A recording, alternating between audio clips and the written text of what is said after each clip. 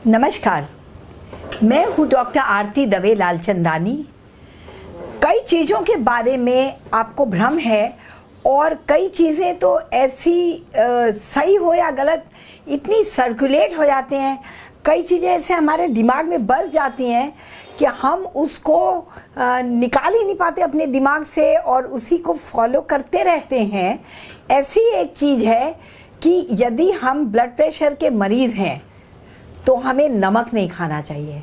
तो ये चीज़ बिल्कुल अपने दिमाग से निकाल दीजिए।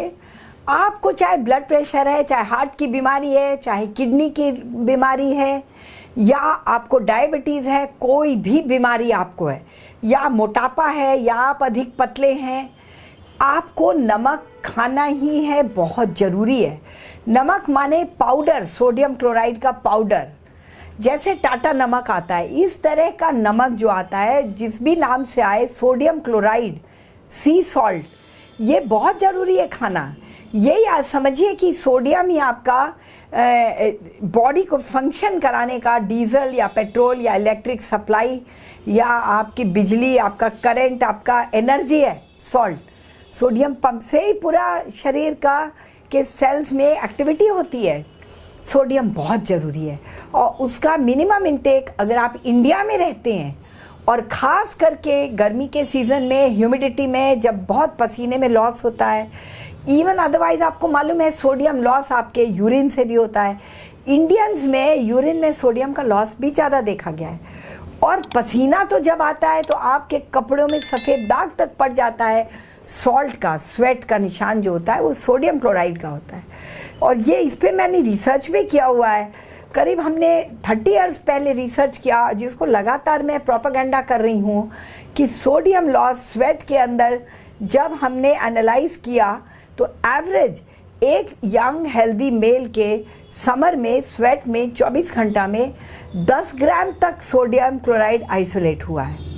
तो आपको सोडियम क्लोराइड अपना रिप्लेनिश करना ही है, ब्लड प्रेशर हो या ना हो। आपके अगर अंदर सोडियम डेफिशिएंसी होगी तो आपको इतनी सारी तकलीफ़ें होंगी, जैसे आपको बहुत वीकनेस फील होगा, कमज़ोरी लगेगी, और आपको आई साइट में प्रॉब्लम होगी, धुंधलापन दिखाई देगा, और हेडेक हो सकता है, सर भारी हो सकता है, शरीर में एक अजीब सी ट्रेमुलसनेस, कंपन जैसी होगी, चलने में दिक्कत आएगी, पैर लड़खड़ा सकते हैं, क्रैम्प्स हो सकते हैं, रेस्टलेस लेग सिंड्रोम, आपका पैर पटकने का, अपने आप ही पैर पटकने का मन होगा, पैरों में दर्द होगा, काफ मसल पेन होगा, थाइज में एक अजीब सी हैवीनेस होगी, बैठ के उठना मुश्किल होगा और खड़े पोजीशन से बैठने में दिक्कत आएगी, दर्द होता रहेगा पूरे शरीर में, हैवी हेड होगा, सोचने में दिक्कत आएगी, आपको फजी फीलिंग होगी, काम करने का मन नहीं होगा, और नींद जैसी आएगी, लेकिन जब आप सोएंगे तो आपको छटपटाते रहेंगे पर गहरी नींद नहीं आएगी। इसके अलावा आपको चक्कर भी आ सकता है, चलने में दिक्कत फील हो सकती है, भूख नहीं लगेगी और जी मिचलाना भी शुरू हो जाएगा। तो तरह तरह की दिक्कत, और ज़्यादा सोडियम डेफिशिएंसी होगी तो आप प्री कोमा, कोमा में भी जा सकते हैं, बेहोश भी हो सकते हैं, और सोडियम लेवल बहुत कम हो जाता है, 120 के नीचे चले जाने लगता है तो आप समझ लीजिए कि डेथ भी इमिनेंट है और बचाना भी मुश्किल होता है। ऐसा नहीं है कि फिर आप बहुत सोडियम क्लोराइड, बहुत सारा सॉल्ट इकट्ठे खा लें, चम्मच भर के निगल लें, कैप्सूल में भर भर के खा लें, या आपको सलाइन की बोतलें, खूब सारी सलाइन की अगर बोतलें आपको चला दी जाए तो आपका सॉल्ट रिप्लेनिश हो जाएगा। तो ऐसा भी नहीं है। एक आदमी कितना भी नमक ज़्यादा खाए, अगर उसको ये बीमारी, हाइपरटेंशन नाम की बीमारी, हाई ब्लड प्रेशर नाम की बीमारी नहीं है, तो उसका बीपी नहीं बढ़ेगा। और यदि आपको ब्लड प्रेशर है तो आपका कितना भी ब्लड प्रेशर है, अगर आप सोडियम ज़ीरो भी कर देते हैं, सोडियम क्लोराइड नहीं खाते, नमक भी, तो आप बीमार भी पड़ जाएंगे, लेकिन बीपी आपका नहीं ठीक होगा बिना दवाई के लिए। ब्लड प्रेशर के लिए दवाइयाँ चाहिए होती जिनका मैकेनिज्म ऑफ एक्शन बिल्कुल अलग होता है। हाँ, कई दवाइयाँ ऐसी होती हैं डायूरेटिक्स, जो पेशाब ज़्यादा करेंगे, सोडियम लॉस करके आपका बीपी नीचे करेंगे, लेकिन आपको वो सोडियम लॉस भी रिप्लेनिश करना होगा। अगर आप ब्लड प्रेशर की दवाइयाँ लेते हैं और मान लीजिए उनका मैकेनिज्म ऑफ एक्शन डायूरेसिस है, वाटर लॉस है ज़्यादा पेशाब करके, या ये नहीं भी अगर वेजोडायलेटेशन से है, पेरिफेरल वेजोडायलेटेशन से है, या सेंट्रल एक्टिंग है, सेंट्रली एक्ट करके ब्लड प्रेशर कम करते हैं, कोई भी मैकेनिज्म ऑफ एक्शन है ब्लड प्रेशर की दवाइयों का, लेकिन ब्लड प्रेशर नीचे आएगा और आपका सोडियम लॉस होगा। तो आपका जब सोडियम लॉस होगा और आप नमक ले भी नहीं रहे हैं तो आपकी तबीयत और बिगड़ेगी।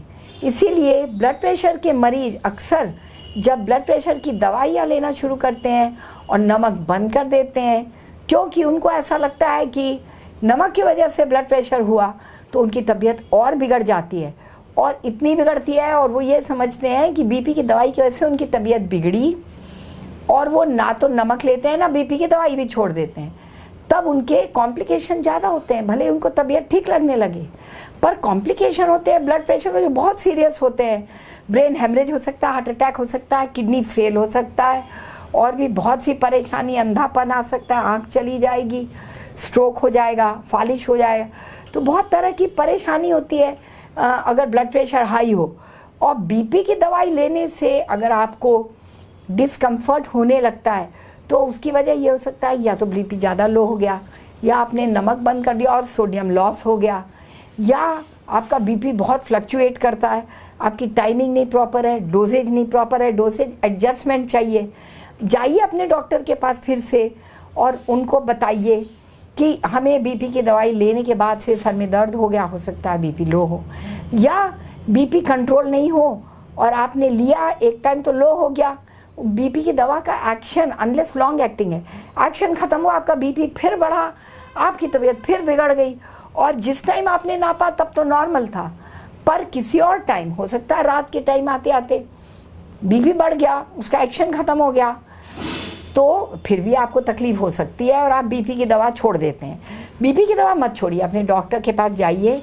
आजकल बहुत सारी लॉन्ग एक्टिंग दवा आती है, सिंगल डोज आती है, दिन भर में एक गोली लेनी पड़ती है, उसका एक्शन कई दवा जैसे एम्लोडिपिन, कैल्शियम चैनल ब्लॉकर हैं, जो जिनका एक्शन 2-2, 3-3 दिन आप दवा नहीं लेंगे पर आपका बीपी मेंटेन रहेगा।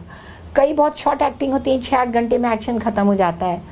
तो इस तरह की दवाइयों का कॉम्बिनेशन दे दिया जाता है, आप अपने डॉक्टर से बताएंगे तब ये दवा एडजस्ट होगी। दवाइयाँ, बीपी की दवाइयाँ, दवाई एडजस्ट करने का, डोसेज एडजस्ट करने का, बीपी की दवाई लेने का वैसे कोई साइड इफेक्ट रिपोर्ट करने के लिए सारा काम ये आपका वीडियो कंसल्टेशन से हो सकता है। डॉक्टर के यहाँ जाने की ज़रूरत नहीं पड़ती। आजकल बहुत सारे लोग वीडियो कंसल्टेशन से काम चलाते हैं। आपके घर में आपके पास एक ब्लड प्रेशर मशीन होना चाहिए जिससे कि आप अपने स्वयं ब्लड प्रेशर नाप लें। बहुत पुरानी मशीन नहीं होना चाहिए, हर साल बीपी मशीन रिप्लेस करनी चाहिए। छोटी मशीन डिजिटल होनी चाहिए, ऑनलाइन भी मंगा सकते हैं, और उससे ब्लड प्रेशर लेना आना चाहिए। ब्लड प्रेशर की जो ट्यूबिंग है ये सेंटर में आनी चाहिए, और कफ बांधिए, ट्यूबिंग नीचे की तरफ जाए, और तब उसको कनेक्ट करके ऑन करिए बीपी इंस्ट्रूमेंट, वेट करिए, जब वो स्टेबलाइज हो जाए, रीडिंग आने लगे, तब आप रीडिंग देख लीजिए। नीचे पल्स की रीडिंग आती है, ऊपर 2 रीडिंग आती है, सिस्टोलिक और डायस्टोलिक, जिसको आप बोलते हो ऊपर वाला बीपी, नीचे वाला बीपी, सिस्टोलिक और डायस्टोलिक। ऊपर वाला लगभग 130 रहे, नीचे वाला 90 रहे, 130-90 मेंटेन करिए, बहुत ज़्यादा हाई ना जाए। इसलिए बीपी का ये अलग क्राइटेरिया है। नमक आप लेते रहिए, बीपी नापते रहिए। बीपी आप रिपोर्ट करेंगे जब अपने डॉक्टर को, तो वो आपको टेली कंसल्टेशन से ही दवा एडजस्ट कर सकते हैं। खुद भी आप समझ के दवा 1 बार लेनी है, 2 बार लेनी है, डोज बढ़ानी है। कोई दवा 40 mg है, टेलमिसार्टन 80 करनी है, एम्लोडिपिन 5 है, 10 करनी है, 10 है तो 5 करनी है। कम ज़्यादा थोड़ा एडजस्टमेंट खुद भी कर सकते हैं, आपके डॉक्टर बता सकते हैं कैसे अपना बीपी चेक करके ब्लड प्रेशर को स्वयं एडजस्ट करें। डॉक्टर के पास आजकल बहुत लोग नहीं जा सकते, मेट्रोज़ में इतनी ट्रैफिक होती है, और गांव से भी जो मरीज आते हैं बहुत दूर पड़ता है। आजकल गांव वाले भी मोबाइल फ़ोन यूज़ कर लेते हैं, UPI पेमेंट यूज़ करते हैं, तो वो बीपी इंस्ट्रूमेंट भी यूज़ कर सकते हैं और टेली कंसल्टेशन भी कर सकते हैं। तो गांव वाले भी कर सकते हैं, शहर वाले भी कर सकते हैं। सब लोगों के लिए आजकल मुश्किल हो जाता है फास्ट लाइफ में डॉक्टर के यहाँ जाना, तो अपने मोबाइल फ़ोन का अच्छा इस्तेमाल कर सकते हैं। व्हाट्सएप वगैरह के जरिए डॉक्टर से कम्युनिकेट कर सकते हैं। और अपने को यही मोबाइल फ़ोन के थ्रू, व्हाट्सएप के थ्रू और यूट्यूब चैनल, फेसबुक के थ्रू अपने को आप एजुकेट कर सकते हैं। मेरे वीडियो देख के अपने लाइफ के बारे में, लाइफ का मैनेजमेंट है ये, अपने हेल्थ का मैनेजमेंट, सर्वाइवल का सवाल है, तो इसके लिए टाइम निकाल के सारी नॉलेज बेकार है अगर ये नॉलेज जो मैं आपको वीडियोस में बताती हूँ अगर ये आपको नहीं पता है तो कई बार ये बहुत महंगा पड़ सकता है, आपकी जान जा सकती है या आप बीमार पड़ सकते हैं। टाइमली दवा लेने से, टाइमली मैनेज करने से और प्रिवेंशन से, stitch in time is better than 9, तो आप प्रिवेंट कर सकते हैं टाइमली बीमार होने के पहले और अपने को स्वस्थ रख सकते हैं, हेल्दी रख सकते हैं, क्योंकि जो स्वस्थ रहेगा वही खुश रहेगा। तो नमक लीजिए, ये बहुत ज़रूरी है। वाइट सॉल्ट, टेबल सॉल्ट या सी सॉल्ट, ये बहुत ज़रूरी है। सेंधा नमक में प्योर सोडियम क्लोराइड नहीं होता, हार्मफुल मिनरल्स होते हैं। सेंधा नमक नहीं, रॉक सॉल्ट नहीं, पिंक सॉल्ट, ग्रे सॉल्ट नहीं, white salt, table salt, sodium chloride लीजिए आप। इसी के साथ धन्यवाद।